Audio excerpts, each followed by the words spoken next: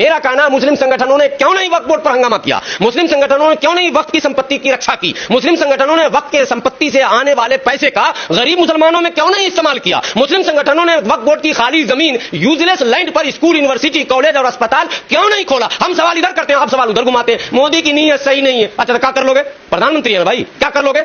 सब पे बुलडोजर चला दिया योगी ने, क्या कर लिया तुमने। सवाल तक तो उठा नहीं पा रहे हो कि वो फर्जी बुलडोजर, नकली बुलडोजर, भेदभावपूर्ण बुलडोजर, असंवैधानिक बुलडोजर चल रहा है। तुम्हारे मां ने दूध नहीं पिलाया, तुम बोल नहीं पा रहे हो, और तुम चले माने मुख्यमंत्री से तो निमटे नहीं, अब चले प्रधानमंत्री से लड़ने के लिए। बिल्कुल बेकार की बात है। सबसे पहले आत्मचिंतन, आत्ममूल्यांकन की आवश्यकता है हमें। वक्फ बोर्ड एक ऐसा बोर्ड है जो आज तक कभी आय व्यय का ब्यौरा किसी को दिया ही नहीं।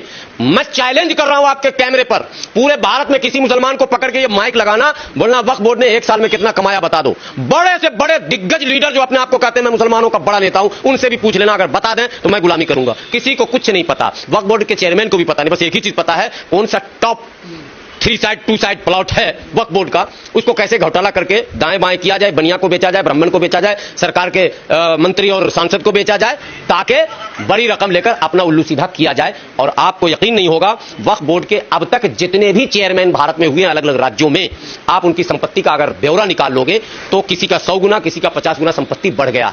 कहां आसमान से टपका है। गुलाम सरवर भी तो रोड पे है, आप भी तो हो। हम लोग को क्यों नहीं पैसे आ रहे हैं भाई। हम लोग को तो बीड़ी सिगरेट चाय के पैसे नहीं मिलते। हम तो मोटरसाइकिल में तेल डलाने के लिए हम लोग सोचते हैं कि आज 100 रुपए का डलवाया चलेगा कि नहीं चलेगा। और आपके पास छू मंतर मशीन अलाउद्दीन का चिराग आ गया कि कल तो आप पैदल चल रहे थे और आज अचानक जो है 200 करोड़, बाप रे, गिनने में लगेगा कई दिन, हमको बोलने में तो बोल देते हैं 2 मिनट में 200 करोड़। अभी दिल्ली के चेयरमैन जो है मानतुल्लाह खान साहब, हमारे भाई, जरा इनकी संपत्ति जांचिए कितना बढ़ गया। तो सवाल न पूछे यार, मुसलमान हो, सच बोलने से डरोगे, सवाल न पूछोगे। अपने लोगों को बचाने में हम झूठ पर झूठ बोलते चले जाएं, और सरकार अगर कुछ लाए विधेयक तो हम विरोध करने लगे। इसलिए मैं चाहता हूं कि सरकार प्रस्ताव लाए, लेकिन सरकार के प्रस्ताव लाने से पहले मुस्लिम संगठनों को चाहिए था कि मसौदा खुद दे देता, लेकिन मसौदा हमने दिया ही नहीं। चिंतन नहीं हमारे पास, हम कभी अपने समाज के बारे में सोचते नहीं। अगर हम सोचते कि गुलाम सरवर यार वक्फ बोर्ड में बड़ी लूट हो रही, किसी ने बेचारे ने, हमारे बाप दादा परदादा को, हमारे पूर्वजों ने दान दिया था, ये सोचकर के गरीब मुसलमान बच्चे, यतीम, बेवा, उसका कुछ भला हो जाएगा। आपने किसी को आज तक किसी का भला नहीं किया, लूट हो रहा, यार एक प्लान बनाया जाए। कोई एक्शन प्लान, रोड मैप कुछ है ये नहीं है संगठन के पास। आईटीओ पे जमीयतुल उलमा हिंद का ऑफिस देखा आपने, वक्फ बोर्ड का है। तो आप तो वक्फ बोर्ड के 3 साइड 2 साइड लूट रहे हैं, ठीक है, अरबों खरबों की संपत्ति होगी वो जो लोकेशन है, और गरीब को तो कुछ मिला नहीं। अब जब विधेयक आ रहा था आप उछल रहे हैं, मतलब आगे भी लूटने की मंशा आपकी है। एक मेरे साथ जो घटना घटी, मैं उसको भी शेयर कर दूं। प्रतापगढ़ जिला उत्तर प्रदेश में है, वहां एक मस्जिद है, उस मस्जिद का डिस्प्यूट आया मेरे पास कि भैया ऐसे ऐसे जो है डिस्प्यूट है मस्जिद में, और मुतवल्ली जो है जिसको होना चाहिए, यानी डॉक्यूमेंटल जो जिसको होना चाहिए वो मुतवल्ली ना होकर कोई दूसरा उस पर कब्जा किए हुआ है। मैं उस फाइल को जब लेकर आगे बढ़ा, लखनऊ गया, तो पता यह चला कि जिस डेट में मुतवल्ली नियुक्त किया गया जिस व्यक्ति को, वो व्यक्ति उससे पहले मर चुका था। मतलब समझ में आई कि नहीं आप लोग को। यानी आज 5 अगस्त है, आज जिसको हम मुतवल्ली नियुक्त कर रहे हैं वो ऑलरेडी 2-4 महीना पहले मर चुका। कितना बड़ा करप्शन है कि मरा हुआ आदमी भी मुतवल्ली, और जो वाकई उसका हकदार है, डॉक्यूमेंट जिसके पक्ष में है, वो सड़क पर घूम रहा। ये तो लूट और खसोट हो रहा वक्फ बोर्ड में। और जब सारा प्रक्रिया कोर्ट का पूरा कर लिया, फाइल चेयरमैन के पास आ गया, तो हमें यह खबर दी गई कि 1.5 लाख रुपया चेयरमैन साहब को चढ़ावा चढ़ाइएगा, आपके फेवर में कर देंगे। आप सोचिए कि गुलाम सरवर जैसे चेहरे को तो वहां दौड़ा दिया, 1.5 लाख मांग लिया, बाकियों का क्या हाल होता होगा। आरोप यह है ना कि सरकार की संपत्ति पे नजर है, जो वक्फ बोर्ड की लगाते रहिए आरोप। जब हमने गलत कर दिया, हमने अपने बेटे को सही नहीं पाला, वो चोर डकैत बन गया, तो अब तो भुगतेंगे ना हम।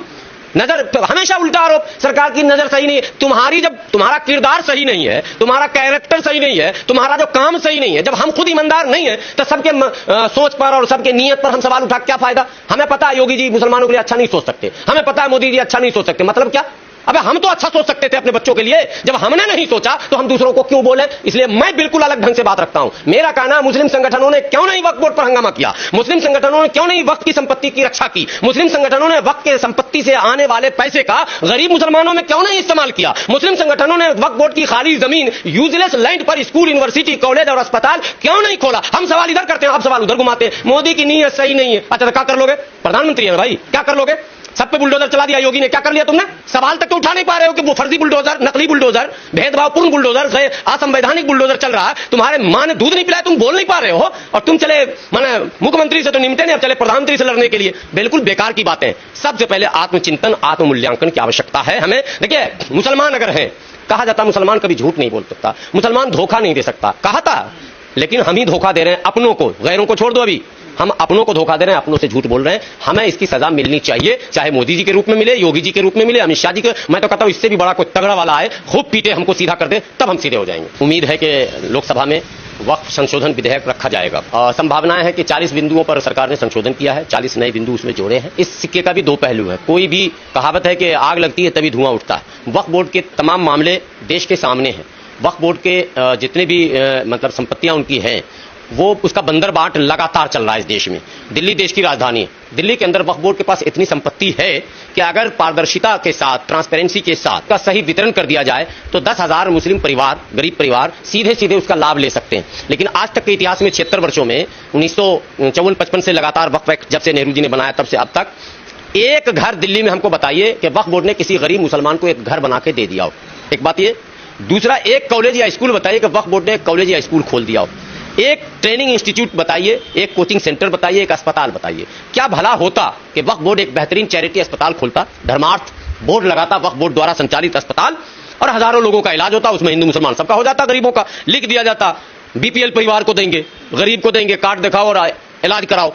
मजा आता, मैसेज जाता, कोई विरोध नहीं करता। एक मैसेज ये भी जाता कि मुसलमानों ने दान किया, लाभ पूरा देश उठा रहा। न तो वो आप वो कर सके, न तो ये स्पेशली जो मुस्लिम बहुल क्षेत्र है, जैसे ओखला है, मुस्तफाबाद है, सीलमपुर है, कहीं है, आपने कहीं कोई अस्पताल स्कूल नहीं खोला। ये कितना हास्यास्पद है कि अरबों की संपत्ति आपके पास है, उसके बाद आप कुछ भी नहीं कर पा रहे। अब आखिरी बात सुनिए, हैरानी होगी। वक्फ बोर्ड में बहुत सारी मस्जिदें, मस्जिद के इमाम को तनख्वाह दिया जाता, 6-6 महीने 8-8 महीने तनख्वाह नहीं देते, और ये कहते हैं कि सरकार ग्रांट देगी तब तनख्वाह मिलेगा। सरकार आपको ग्रांट देगी, और जो वो टैक्स, जो किराया और जो पैसे वसूली हो रहे हैं वो कहां जा रहा? ना ऑडिट रिपोर्ट है, ना कोई सार्वजनिक, कभी एक बार भी आय और व्यय का ब्यौरा कभी वक्फ बोर्ड ने सार्वजनिक नहीं किया कि इतना आया और इतना हमने खर्च किया। भाई आया तो कहां से आया और गया तो कहां गया? हर मस्जिद कमेटी में, मदरसे कमेटी में ये सिस्टम है हमारे यहां कि महीने में या हफ्ते में आमदनी और खर्च का बोर्ड लग जाता। तमाम मस्जिदों में हमारे यहां सिस्टम है कि भाई इतना आमदनी हुआ, इतना खर्च हुआ, इतना बचा है या माइनस है या जो भी है वो